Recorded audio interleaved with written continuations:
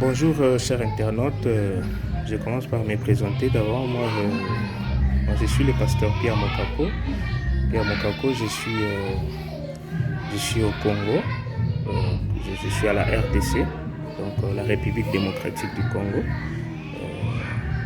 Ma capitale, c'est Kinshasa.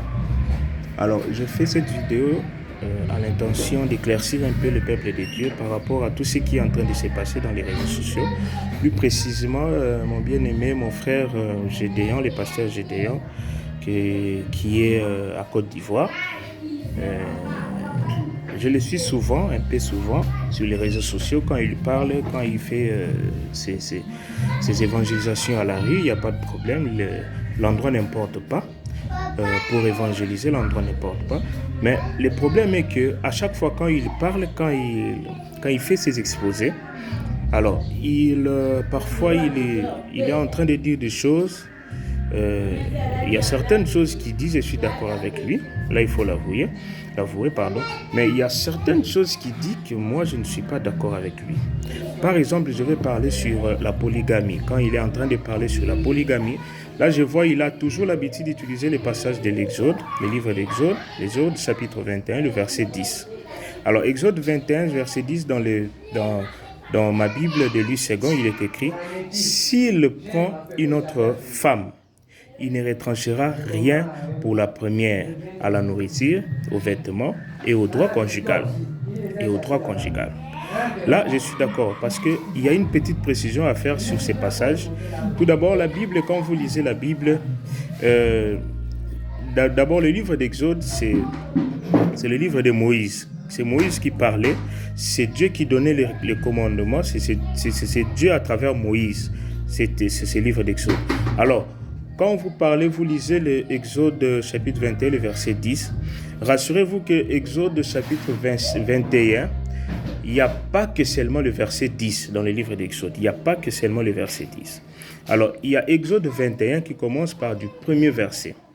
Alors, toute cette histoire qui est relatée jusqu'à arriver au niveau du verset 10, c'est-à-dire, c'était question des esclaves. Dieu donnait les instructions pour prendre les esclaves. Vous voyez, Dieu donnait des instructions pour prendre les esclaves. Vous allez comprendre que là, les esclaves que Dieu donnait les instructions, Dieu était en train de dire que si quelqu'un a un esclave, alors cet esclave doit travailler pendant 6 années. Et arrivé après ces six années, arrivé à la septième année, cet esclave devrait normalement devenir libre. Alors dans cette liberté, alors à partir de ça, Dieu a essayé un peu d'éclaircir. Tu vois, Dieu a essayé un peu d'éclaircir. Si l'esclave dit « J'aime mon maître, ma femme et mes enfants, je ne veux pas sortir libre », alors son maître le conduira devant Dieu et le fera approcher de la porte ou du poteau, et son maître lui percera l'oreille avec un buisson, et l'esclave sera pour toujours à son service. Vous voyez ça? Alors, cela veut dire quoi? Parce qu'à cette époque-là, quand Dieu parlait de la loi sur l'esclavagisme, c'est-à-dire que lorsque l'esclave vient, lorsque vous avez un esclave hébreu, et que cet esclave travaille pendant 6 ans, normalement cet esclave, devrait devenir libre après ces 6 années de travail.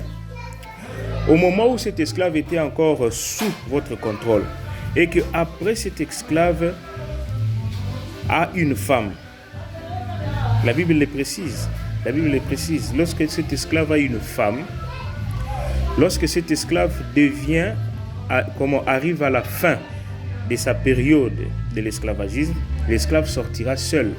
La femme et les enfants resteront pour son maître. Mais si l'esclave maintenant, cette fois-là, veut partir, dit que j'aime ma femme, j'aime mes enfants, la Bible nous précise très bien, alors son maître le conduira devant Dieu.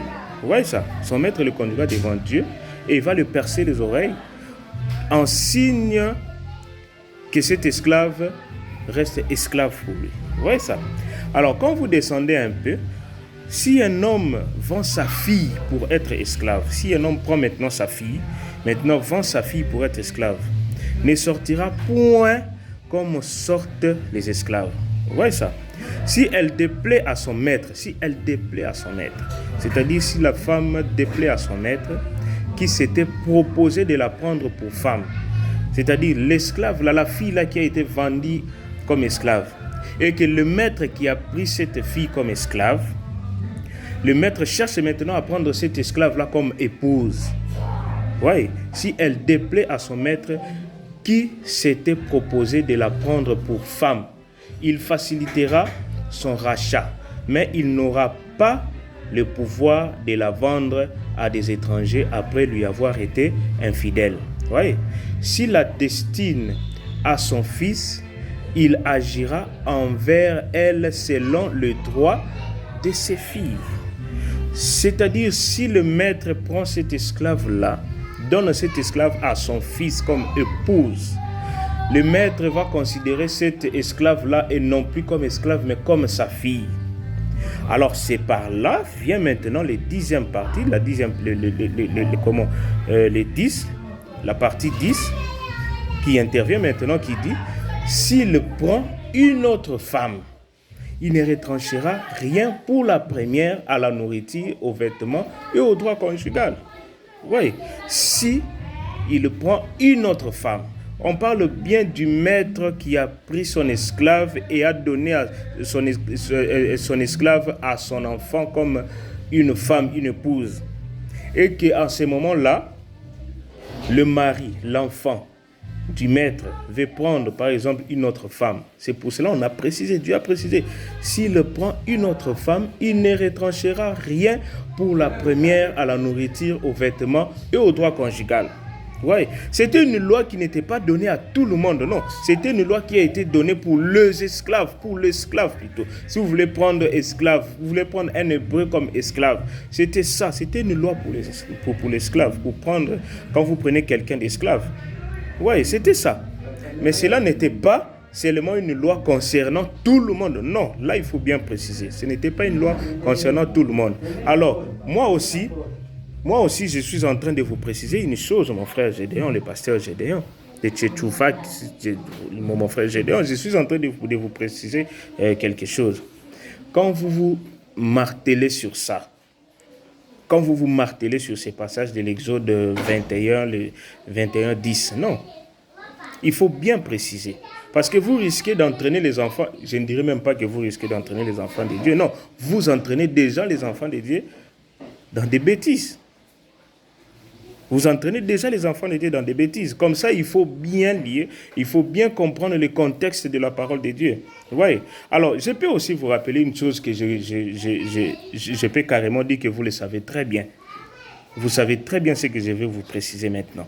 Jésus-Christ, lui, il a dit qu'il n'est pas venu pour abolir la loi, non. Il est venu pour accomplir. Alors, quand on parle de l'accomplissement de la loi, cela ne veut pas seulement dire, parce que je sais que tu l'as, après ça, tu vas dire que accomplir, par exemple, accomplir Exode 21, 10. Jésus-Christ a dit, je ne suis pas venu pour abolir, mais je suis venu pour accomplir la loi. Jésus-Christ voulait dire tout simplement qui ne rejette pas la loi de Moïse, qui ne rejette pas l'Ancien Testament, ce que nous appelons l'Ancien Testament aujourd'hui. Jésus-Christ a dit qu'il ne rejette pas la loi de Moïse, mais il est en train d'accomplir, L'accomplissement là, c'était par rapport à la prophétie. Parce que le Messie devrait venir, le Messie devrait faire ceci, tout devrait arriver. Jésus-Christ devait revenir et recadrer les choses. Il devrait revenir pour recadrer les choses. Alors c'est pour cela qu'il a dit qu'il est venu, non pas pour abolir, mais pour accomplir. Vous voyez ça? C'est par exemple comme Jésus lui-même était crucifié à la croix. Il était prophétisé, il était bien dit avant que Jésus-Christ devait être crucifié. Pour que nous soyons sauvés, il devait être crucifié. C'est-à-dire, cela devrait s'accomplir. Et non devrait s'abolir, non, ça devrait s'accomplir. Alors moi aussi, je te demande, mon bien-aimé, si tu peux au moins lire les passages, ces passages de 1 Timothée. Je sais que tu connais déjà. Je sais que tu t'es dit aussi que tu savais que j'allais te proposer ces passages. Je le sais très bien. Oui, 1 Timothée, nous allons lire un peu rapidement. 1 Timothée 3. Attendez, je cherche un peu dans ma Bible. 1 Timothée 3. Voilà, 1 Timothée 3, 1 Timothée chapitre 3, le verset 12. La Bible nous dit ceci. Les diacres doivent être mariés d'une seule femme et diriger bien leurs enfants et leur propre maison. Ici, la Bible nous dit quoi? Et que les diacres doivent être mariés d'une seule femme. C'est avec une précision. Vous voyez? D'une seule femme. Vous voyez? Alors, vous qui êtes un pasteur, un diacre, c'est celui qui sert Dieu dans les temples, qui sert Dieu dans les temples. Toi, tu es plus qu'un diacre, tu es un pasteur. Tu te dis un pasteur. Alors, si je peux remplacer ces mots-là par rapport à vous, je dirais tout simplement, vous, pasteur Gédéon, vous devez être marié d'une seule femme. D'une seule femme. Et bien diriger aussi ta maison. Puisque ici, le problème est basé sur la polygamie que tu es en train de défendre.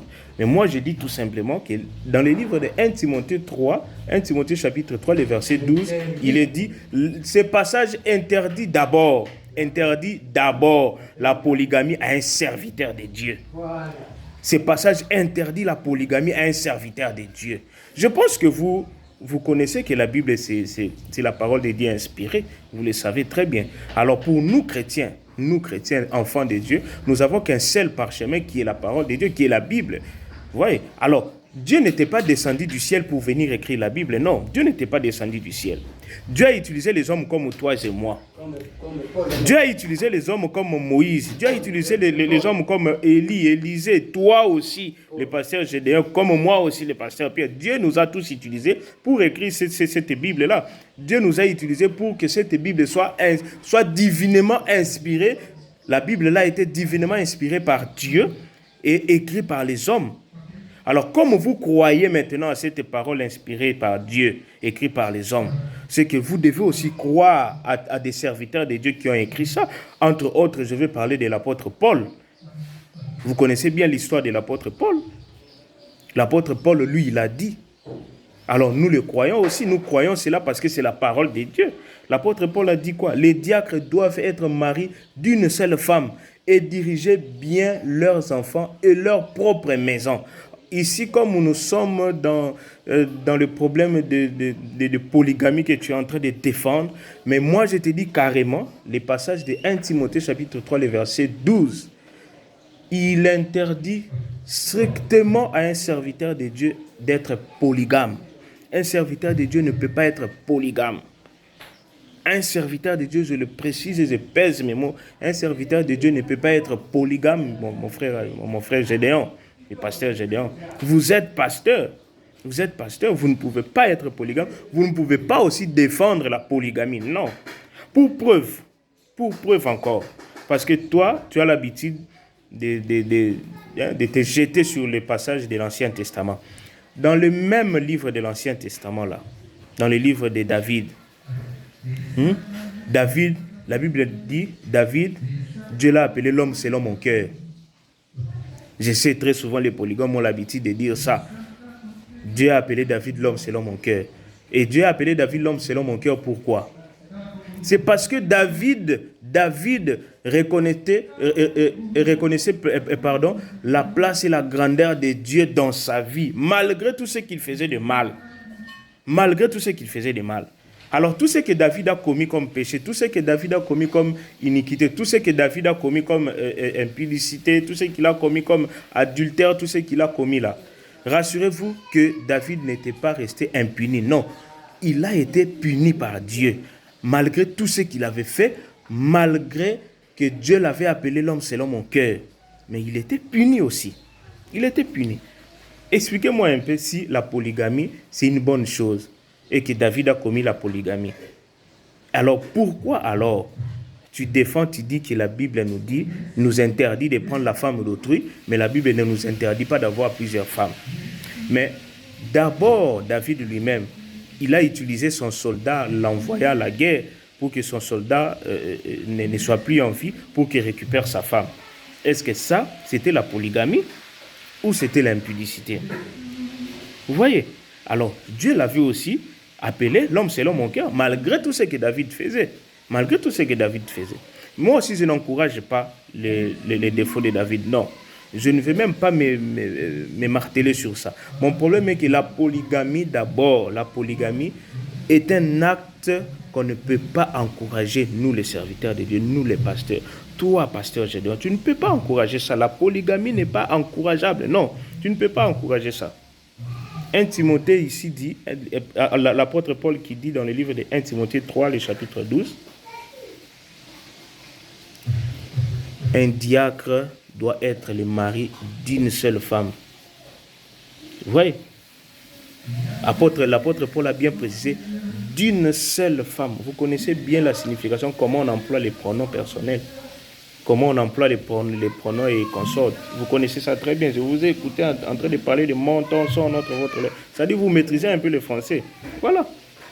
Moi, je suis ici au Congo, à Kinshasa. Vous êtes là-bas à Côte d'Ivoire. Je sais qu'il y a déjà une facilité de se communiquer à travers les réseaux sociaux. Alors, mon frère Gédéon, je vous prie vraiment de bien lire la parole de Dieu. De bien lire la parole de Dieu. De ne pas chercher à transformer la parole de Dieu par rapport à vos émotions, vos sentiments. Non. Pour par exemple, défendre la vie que vous menez. Non. Si vous êtes dans une vie qui n'est pas correcte, au lieu d'enseigner les gens, de rendre ce qui est incorrect, de rendre ça correct pour que cela vous rende à l'aise, là vous êtes en train de faire mal à Dieu. Prêchez la vérité de la parole de Dieu. Prêchez la vérité de la parole de Dieu. En tout cas, moi, je vous suis dans les réseaux sociaux. J'aime parfois les choses que tu dis là, mais il y a certaines choses que tu dis dont moi, je ne suis pas d'accord avec vous. Vous voyez ? Donc moi, je ne suis pas d'accord avec vous. Donc c'est un peu ça. Je te salue de loin, mon frère Gédéon, le pasteur Gédéon. Moi, je suis le pasteur Pierre Mokako. Je suis à Kinshasa, Congo-Kinshasa. Je vous salue de loin. Je peux aussi vous passer mon numéro de téléphone, même celui de WhatsApp. Vous pouvez aussi m'écrire sur WhatsApp. Mon numéro est celui de... écrivez d'abord notre code du pays qui est 00243 89 52 22 et 133. Voilà mon numéro. Vous pouvez m'appeler. Vous pouvez aussi m'écrire sur WhatsApp.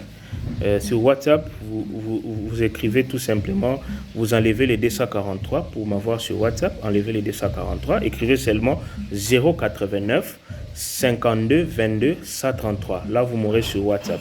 Alors, pour m'appeler, vous mettez 00243 89 52 22 133. Alors, je vous salue de loin. Je salue aussi tous les peuples ivoiriens de loin. Le Seigneur est bon. Merci beaucoup. À tout à l'heure.